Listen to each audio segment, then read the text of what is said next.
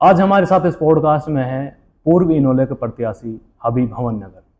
फिरोजपुर जिला विधानसभा से पूर्व में इन्होंने एमएलए का इलेक्शन लड़ा था। आज हम सर से बात करेंगे इस पॉडकास्ट में, उसके थोड़े निजी जीवन को डिस्कस करेंगे और उसके बाद स्थानीय मुद्दे को डिस्कस करेंगे कि क्या उनकी विधानसभा में क्या चल रहा है और वो किस तरीके से इलेक्शन लड़ रहे हैं और कैसे वो चुनाव में आए। कैसे हैं सर जी आप? बहुत बहुत बहुत बढ़िया। भैया जी, आप एक अच्छा प्रवक्ता हैं और लोगों को मुँह लेना आपको बखूबी आता है। बाकी अभी प्रेजेंट में एक मुद्दा चल रहा है मेवात में और आपकी विधानसभा में, बूचड़ खाने वाला, कि वाकई में ही लोग इस विधानसभा के बहुत ज़्यादा इससे परेशान हो चुके हैं और स्मेल बहुत ज़्यादा आ रही है। तो आप कैसे देख रहे हैं इस बूचड़ खाने वाले मुद्दे को? बहुत सारे लोग कह रहे हैं कि ये मुद्दा अब ठंडा पड़ता जा रहा है, कि यार ये नहीं हट सकते।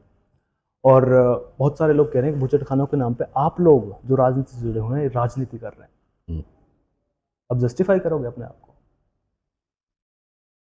ये सही है कि हमारे इलाके में बड़ा मुद्दा है बूचड़ खाने का और इससे बड़ी परेशानी हो रही है लोगों को। इसमें बहुत ज़्यादा गंदगी फैला रहे हैं, बीमारियां फैल रही हैं, बदबू फैल रही है। हम इस घर में बैठे हैं, यहाँ तक बदबू आती है, हम खुद परेशान हैं इनसे। हमने ये मुद्दा उठाया था सबसे पहले कि बूचड़ खानों के खिलाफ ये लोग नियम का उल्लंघन कर रहे हैं और यहाँ से जंगल में, खेतों में गंदे पानी, ब्लड का खून, ये सारा वो फेंकते, बदबू उससे होती है। हट सकते हैं क्यों नहीं? लोगों को एकता दिखानी पड़ेगी, सबको, हमारे इलाके के लोगों को, मेवात के लोगों को। किसी तरह के कोई भी राजनीतिक चुंगल में नहीं आना है और सामाजिक लोगों को, धार्मिक लोगों को, छत्तीस बिरादरी के लोगों को साथ आना पड़ेगा। हट सकता है, क्यों नहीं हट सकता? लेकिन सर जी, वो वाली बात है ना, अब इस चीज को राजनीति खेल रहे हैं लोग। मैं बताता हूँ कैसे। बूचड़ खाने का मुद्दा जो अब उठाया गया था, 2 पंचायतें हुई थी लगातार बैक टू बैक, और दोनों पंचायतें सोशल मीडिया के माध्यम से उठाई गई थी, सोशल मीडिया यूजर्स ने उठाई थी। किसी भी राजनेता ने यह आह्वान नहीं किया था कि इस तारीख को महापंचायत होने जा रही है, अब ज़्यादा से ज़्यादा लोग इसमें पार्टिसिपेट करें। और एक शब्द और जोड़ना चाहूंगा मैं इसमें, अगर ये लोग करते हैं ना तो वाकई में कई हजार तक लोग उस पंचायत में पहुंचते। हमने देखा कि वहां पे बहुत कम लोग जुटे थे। देखिए, सबसे पहले ये मुद्दा हमने उठाया था, हम ही ने वीडियो जारी किया था, फेसबुक पे भी, सोशल मीडिया पे भी, सबसे पहले हमने करके। लेकिन क्या रहा है, तो लोगों ने जो है इसी बीच में, जैसे ही हमने अनाउंस किया तो उसी दिन शाम को हमारी एक दो संस्थाओं ने अनाउंस कर दिया कि उस पर मीटिंग बुला ली। मेरे हिसाब से इनको सबको मशवरा करना चाहिए था, एक जगह बैठ के सारे लोगों को, तब इस पे आगे कोई कमेटी बना के तब हम विरोध प्रदर्शन, तो बेहतर होता। आप भी इसी विधानसभा से जो है पूर्व में प्रत्याशी रहे हैं, आपके पास कोई स्ट्रेटेजी है जो भी आप प्रेजेंट में विधायक को कुछ कहना चाहो कि इस पे, इस मुहिम पे इस तरीके से आपको काम करना चाहिए? हम आपके नहीं, मैं तो जनता से कहूंगा, जनता की ताकत होती है। कोई भी विरोध प्रदर्शन जो है वो हमेशा जनता से चलता है। लेकिन जनता से तो चलता है, वो तो आपकी बात बराबर है। लेकिन अभी हमने उनको इसलिए बिठाया है वहाँ पे कि हमारी जो समस्याएं हैं, जो जिस आवाज़ को हम वहाँ तक नहीं पहुँचा सकते, वो पहुँचाएंगे। आपको लग रहा है रियलिटी में कि वो पहुँचाने का काम कर रहे हैं? स्लटर हाउस जितने भी फिरोजपुर जिला हल्का में लगे हैं 2019 के बाद लगे, और हमारे विधायक 2019 से विधायक हैं। उसके बाद सारी एनओसी, सारी चीजें तभी हुई हैं। क्या पहले विधानसभा नहीं थी? क्या ये पहले विधानसभा के मेंबर नहीं थे? तब यहाँ ग्राउंड पे लग रही थी, तब विरोध क्यों नहीं किया? तो उसमें फिर सर आपका नाम भी आ जाता है। नहीं, मैं तो विधानसभा का मेंबर नहीं हूँ। नहीं, विधानसभा का मेंबर तो नहीं है, लेकिन हाँ, लोगों को मैं तो चुनाव 2024 में लड़ा।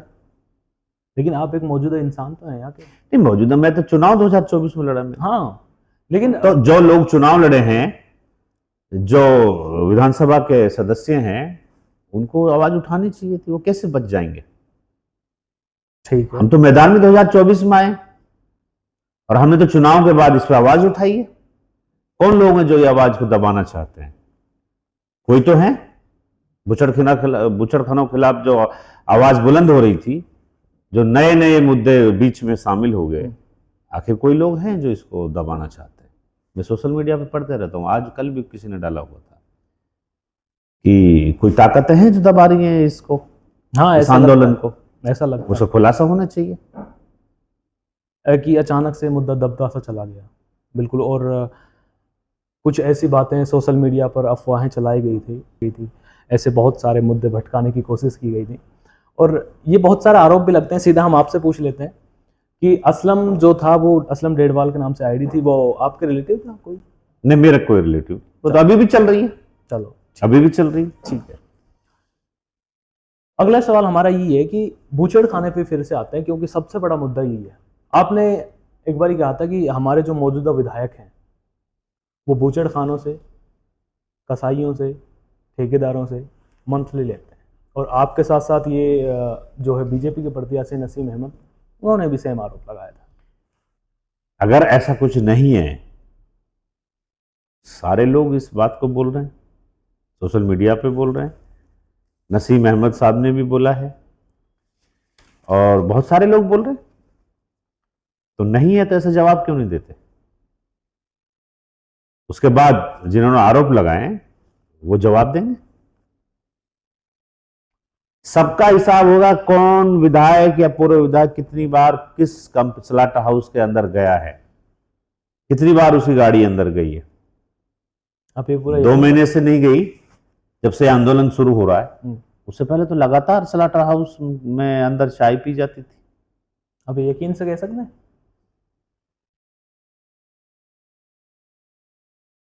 लगातार जाते रहे, ठीक है, लगातार उनके साथ संबंध रहे।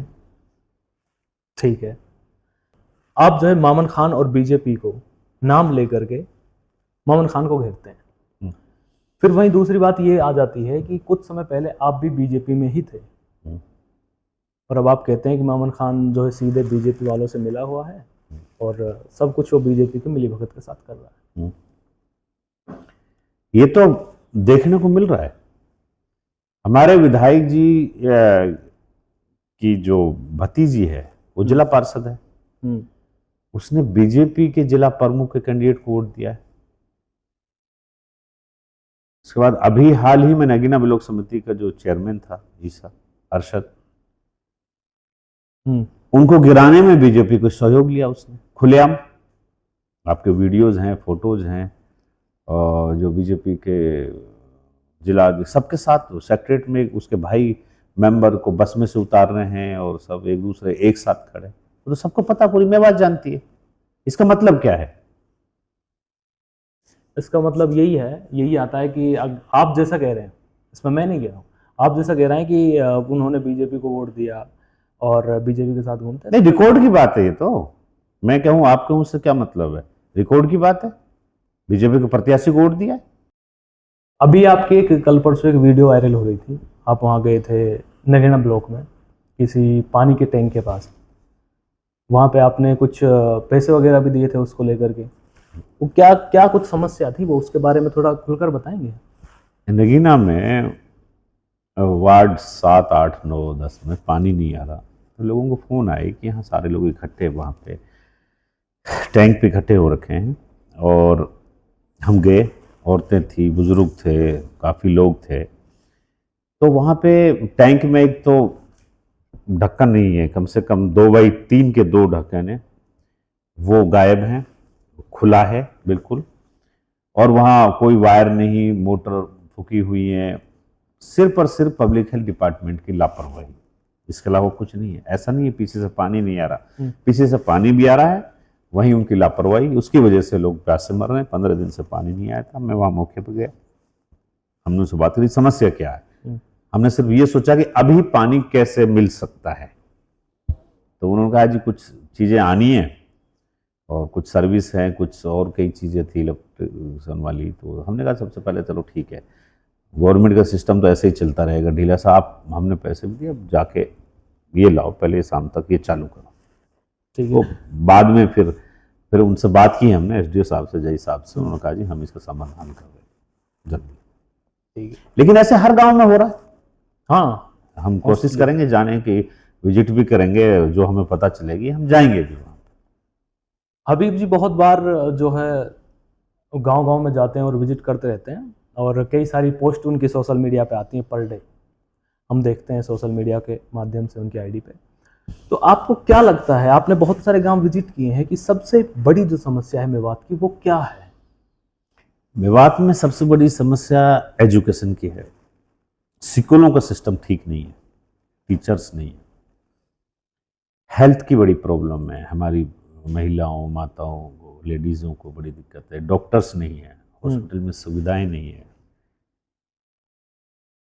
ये काफ़ी दिक्कतें हैं। और इन सारे मुद्दों पर जो है हमारे मौजूदा विधायक उस हिसाब से उस कसौटी पे खरे नहीं उतर रहे हैं। आप ये कहना चाह रहे हैं कि नहीं कर पा रहे हैं वो काम? नहीं, मैंने तो अभी उनको नाम नहीं लिया विधायक का, तो ये तो आप बोल रहे हैं। हाँ, ये हम नहीं बोल। ठीक है, आपने जो सवाल किया मैं उसको जवाब दे रहा हूँ। आपने क्या की समस्याएं, मैं उसका जवाब दे रहा हूँ। इसमें एजुकेशन का सिस्टम ठीक होना बहुत ज़रूरी है, और ये सबसे पहले हमारे अपने लोग जो जिम्मेदार लोग हैं उनको जिम्मेदारी निभानी पड़ेगी। गांव के लोगों को, स्कूल में टीचर आने के नहीं आ रहे, स्कूल का जो फंड आया वो कहाँ है, बच्चे स्कूल जा रहे हैं कि नहीं जा रहे हैं, माँ बाप को भी जिम्मेदारी निभानी पड़ेगी। जब गांव के लोग एक्टिव होंगे, मास्टर जी लेट क्यों आए, मास्टर जी आज क्यों नहीं आए, बच्चा स्कूल क्यों नहीं गया, ये सारी चीज़ें देखनी पड़ेंगी। और जिस इलाके में लोग, जो लोगों को वो हो, चिंता हो, दूसरे तीसरे हिस्से में, हरियाणा में देख लो आप, अहिरवाल में, रोहतक में, कहीं देख लो, वहाँ कोई बुजुर्ग किसी की डेथ हो जाती है तो वो अपने नाम से कोई स्कूल में कमरा बनवा देते हैं, कुछ करते हैं। तो हमें लोगों को भी जिम्मेदारी निभानी पड़ेगी, हमें भी जिम्मेदारी निभानी, सरकार को अपनी कमियों को ठीक करना पड़ेगा। लेकिन भैया जी इसमें यह भी तो है कि हमारे यहाँ के लोग जागरूक नहीं है, उनको जागरूक करने वाला अभी तक कोई मिला नहीं है। ये सारी चीज़ें बताने वाला, इन रास्ते को सिखाने वाला हमारे पास नहीं। जागरूक हैं हमारे इलाके के लोग, ऐसा नहीं जागरूक नहीं है, लेकिन थोड़ा सा पॉजिटिव इन चीज़ों पे ध्यान देना पड़ेगा कि अब हमारे ही बच्चे हैं, पढ़ना बहुत ज़रूरी है। और एजुकेशन के बगैर अंधेर है ज़िंदगी में, एजुकेशन बहुत ज़रूरी है। ठीक है, एजुकेशन ऐसा है कि जैसे कि किसी की आँख नहीं है तो उसको आँख मिल जाए। एजुकेशन में लाइफ में बहुत ज़रूरी है। हेल्थ के बारे में हॉस्पिटल्स में ठीक नहीं है, मतलब गवर्नमेंट की कमियां हैं, गवर्नमेंट को दूर करनी चाहिए चीज़ें, और लोगों को भी ये बात खुल के बोलनी चाहिए। जिसकी जो कमी है बोलनी चाहिए, मैं तो इस हक में हूँ। मैं कोई कमी कर रहा हूँ, मेरे खिलाफ बोलना चाहिए। जो कमी कर रहा हूँ उसके खिलाफ बोलो, अपनी आवाज़ बुलंद करेंगे तभी चीज़ें ठीक होती। तो मैं ये जानना चाह रहा हूँ कि आपकी नज़र में, हबीब हवन नगर की नज़र में एक अच्छा एमएलए कौन, अच्छा विधायक कौन है उसके विधानसभा में? मेरे हिसाब से तो अभी तक कोई भी नहीं। चलो, अच्छे विधायक की क्या क्या नीतियां होनी चाहिए, कुछ ऐसा? अपने आप में ईमानदार होना चाहिए। ठीक है। पब्लिक के लिए आप जब जनहित में आ रहे हैं, चुनाव लड़ रहे हैं, एमएलए बनना नहीं बनना सब खुदा के हाथ में। मैं तो वो आदमी जो खुदा पे भरोसा करता हूँ, एमएलए बनना ना बनना सब कुदरत के हाथ में। पब्लिक से तो गुजारिश कर सकते हैं कि भाई अच्छे काम करोगे वो पाएगा। मेरी ज़िंदगी में जब से मैं एक्टिव हूँ, 1 रुपया पूरी मेवात में मेरे जिम्मे नहीं बता सकता किसी के काम के बदले में पैसे लिए। मैं चैलेंज के साथ कहता हूँ, सबसे पहला गुण ये होना चाहिए। आपकी ज़िंदगी में आप ईमानदार होने बहुत ज़रूरी है। आपका कोई भेदभाव नहीं होना चाहिए, जाति के नाम पे, धर्म के नाम पे। मेरे यहाँ 36 बिरादरी के लोग आते हैं, एक ही बर्तन है, एक ही कप में चाय पीते हैं, एक ही प्लेट में खाना खाते हैं। मेरे यहाँ कोई भेदभाव की गुंजाइश ही नहीं है। हाँ, वो तो हमने भी देखा। सोच भी नहीं सकते। आपको अपने में बदलाव करना पड़ेगा, लोगों के लिए लड़ना पड़ेगा, लोगों के लिए कोशिश करनी पड़ेगी। काम होना ना होना सारे काम नहीं होते, लेकिन आप मन से, दिल से, आपकी नीयत ठीक है लोगों के लिए कोशिश करने की, तो अल्लाह में आसान करता है उस चीज़ को। अच्छा, मेवात में, राजस्थान या हरियाणा के मेवात, दोनों में कोई ऐसा नेता है जिसकी विचारधारा से आप प्रभावित हुए हो? विचारधारा से हो सकता हूँ, कार्यशैली से नहीं। ये दोनों एक ही चीज है? नहीं, अलग। तो वो कैसे? मैं शायद विचार आपकी सोच होती है, कार्यशैली आपका जो काम होता है। तो विचार से ही तो कार्यशैली होती है सर। विचारधारा चौधरी इलियास की बेटर, मुझे पसंद है, पॉलिटिकल आदमी है। आप उनके साथ रहे भी हैं? हाँ, मैं तो उसको अपना गुरु भी मानता हूँ। ठीक है। और मेरे रिश्तेदार भी हैं, मेरे गुरु भी हैं। मैं बचपन से देख रहा हूँ। अब कितने साल रहे थे सर उनके साथ? नहीं, वो तो रिश्तेदार, मैं तो बचपन से देख रहा हूँ उनको। अच्छा, ठीक है। आप अपने मतलब हबीब भवन नगर अपने विरोधियों से कैसे अलग है? विधानसभा में, फिरोजपुर विधानसभा में कई सारे विरोधी हैं उनके, हबीब भवन नगर कैसे अलग है उनसे? फिर दूसरा ये भी आ जाता है कि जनता को क्यों हबीब भवन नगर ही चुनना चाहिए? मैं इसलिए अलग हूँ, मैं किसी से 1 रुपया नहीं लेता काम के बदले में, ना रुपया दिलाता हूँ किसी को, ठीक है? मैं इसलिए अलग हूँ। तो सर और ना मैं किसी को गोली देता हूँ, ना मैं झूठ बोलता हूँ, मैं इसलिए अलग हूँ। ठीक है।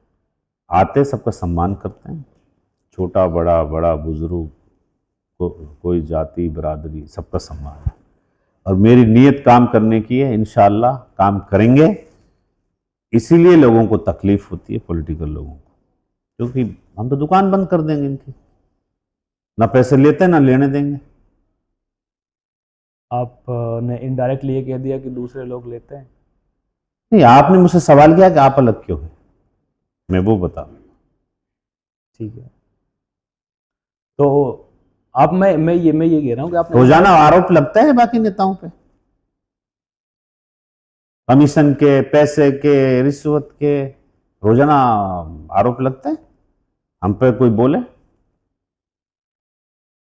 तो 1 रुपया का 100 रुपये दूंगा, मैं चैलेंज के साथ कह रहा हूँ। कोई बता दे मेरे ऊपर आज तक पिछले 20 साल में, जब से मैं एक्टिव हूँ, 20 में तो जब से एक्टिव हो सवास्य में, जब की बात कर रहा हूँ मैं, ये ऐसा नहीं कि मैंने 2024 में चुनाव लड़ा, उससे पहले की बात कर रहा हूँ। नहीं, राजनीति में सर जी गड्ढे बहुत खुल जाते हैं, आप ओपन चैलेंज मत दीजिए। मैं, आप मेरे से पूछ रहे हो, मैं बता रहा हूँ, 1 रुपया के 100 रुपया मैं राजनीति छोड़ दूं अगर मेरे को ये कहते हबीब को मेरे पैसे दिए काम के बदले, चुनाव नहीं लड़ूंगा दोबारा। ठीक है। अगर कोई आदमी ये बता दिया कि हबीब को काम के बदले में पैसे दिए, और बाकी नेता चैलेंज करके दिखाएं कि हम पैसे नहीं लेते। नहीं, आप बार बार उनको चैलेंज करते हैं लेकिन उनकी तरफ से रिप्लाई नहीं आता है कभी, हर मौके पे तो घेरते इसका हैं। क्या मतलब है? इसका क्या मतलब है? मतलब शायद लोग समझ रहे हैं। तो लोगों को ही समझना है। ठीक है। तो ये थे हमारे साथ हबीब भवन नगर, और हमने उनसे सवाल किए, जैसा उनका अंदाज है हर बात का बेबाक जवाब देने का, उन्होंने जवाब दिया, और हमने कोशिश की कि उनको उनके विधानसभा से रिलेटेड क्वेश्चन किए जाएं। बाकी पहली बार हुआ है कि आज के इस पॉडकास्ट में हमने किसी से पर्सनल सवाल नहीं किए। तो मिलते हैं नेक्स्ट वीडियो में। अगली बार जब हम मिलेंगे तो कुछ पर्सनल सवाल भी होंगे, क्योंकि पॉडकास्ट का सीधा मतलब होता है कि थोड़ी निजी लाइफ से जुड़कर। मिलते हैं आपको नेक्स्ट किसी पॉडकास्ट में।